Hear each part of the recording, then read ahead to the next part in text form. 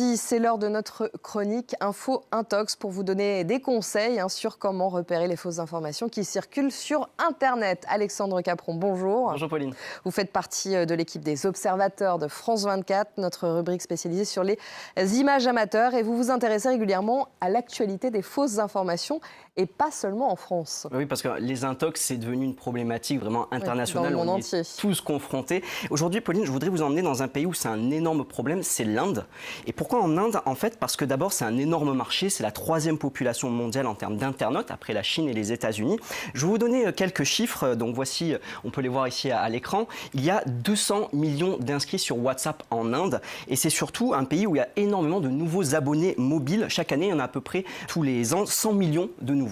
Donc, vous voyez, donc, effectivement, WhatsApp, c'est le premier logiciel. Je ne sais pas si vous l'utilisez sur votre téléphone portable. Pour ceux qui ne l'utilisent pas chez eux, ça permet facilement de partager des photos, des sons, des vidéos.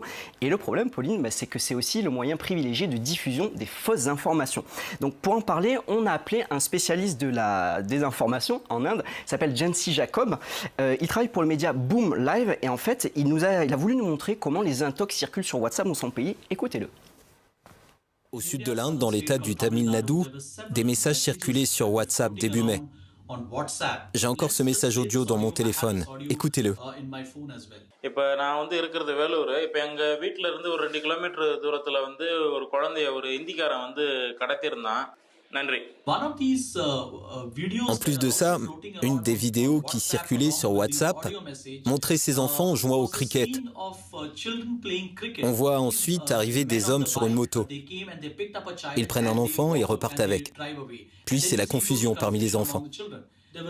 Mais il n'y a rien de vrai dans ces messages. Cette vidéo, nous l'avions déjà vue en 2017. En fait, elle a été tournée au Pakistan. C'était une vidéo pédagogique qu'une ONG avait faite là-bas. Ah oui, d'accord. Donc on comprend mieux. On voit bien, Alexandre, comment une vidéo sortie de son contexte, justement, a circulé sur WhatsApp. La question que je me pose, c'est comment ce journaliste a fait, finalement, pour vérifier cette vidéo? C'est vrai que lorsqu'on tombe sur une vidéo comme ça sur WhatsApp, c'est pas forcément facile de savoir comment on peut la vérifier. Heureusement, il existe des outils de vérification vidéo qui sont assez simples, qui sont pas forcément réservés aux journalistes. Il faut juste savoir les utiliser. Donc, je vais vous expliquer comment Jansi Jacob il a fait pour vérifier cette vidéo que nous venons de voir. D'abord, malheureusement, c'est un peu la première limite. Et cette vidéo, lorsque vous la recevez sur WhatsApp, il faut la télécharger sur votre ordinateur parce que les outils de vérification vidéo, ils ne fonctionnent pas sur téléphone portable directement. Une fois qu'on a téléchargé cette vidéo sur son ordinateur, on va aller sur YouTube, tout simplement. C'est exactement ce que j'ai fait. Donc, on va aller sur YouTube pour mettre en ligne cette vidéo qu'on vient de télécharger. Je conseille d'ailleurs à tous ceux qui n'ont pas de compte YouTube de s'en créer un parce que c'est très utile pour faire de la vérification des vidéos sur Internet. Donc ici, vous voyez, j'ai téléchargé cette vidéo sur mon compte YouTube personnel. Je l'ai classée en non répertorié parce que je voulais pas forcément que tout le monde voit que j'étais en train de faire des manipulations sur mon propre compte YouTube. Et donc, une fois que je l'ai mis sur Internet, deuxième étape, ce qu'on va faire, c'est qu'on va aller récupérer l'URL de cette vidéo. Donc l'URL, c'est ce qu'on voit en haut, bien sûr, dans la barre de recherche.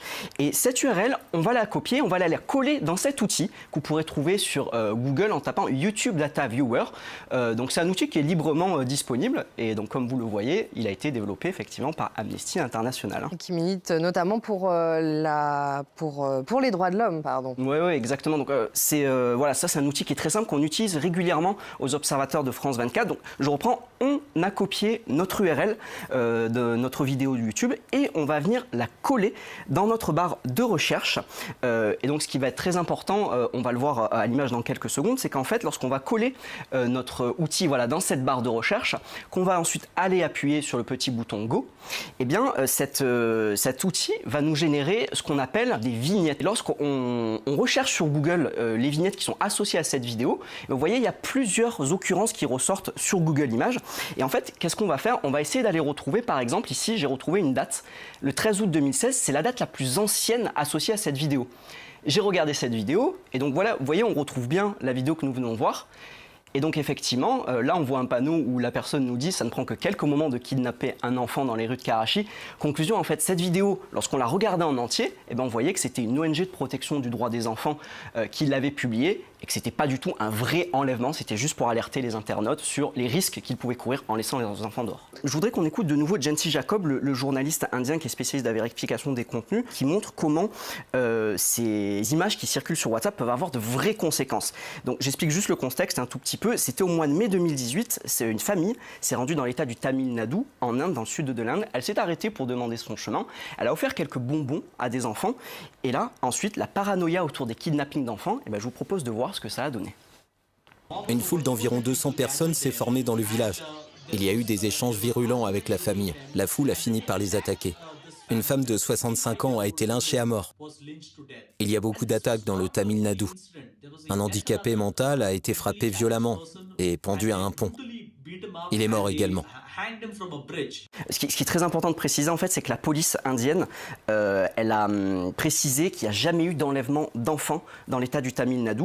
Donc, en fait, les deux exemples qu'on vient de voir, dont vient de nous parler Jancy Jacob, ça montre l'impact que peuvent avoir les fausses rumeurs relayées sur les réseaux sociaux, notamment sur WhatsApp, où c'est très difficile de vérifier l'information. Donc, le conseil qu'on peut donner à nos téléspectateurs, c'est que lorsqu'ils sont sur WhatsApp, attention à ne pas partager trop rapidement à ses amis une image ou une vidéo qui circule, parce que parfois, si vous ne connaissez pas l'origine d'une image, ça peut avoir de graves conséquences.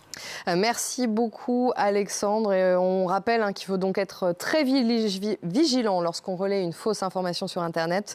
Merci, on vous retrouve lundi prochain évidemment pour de nouvelles aventures. Et puis vous nous expliquerez une nouvelle fois comment on fait sur les infos intox. Merci. Merci.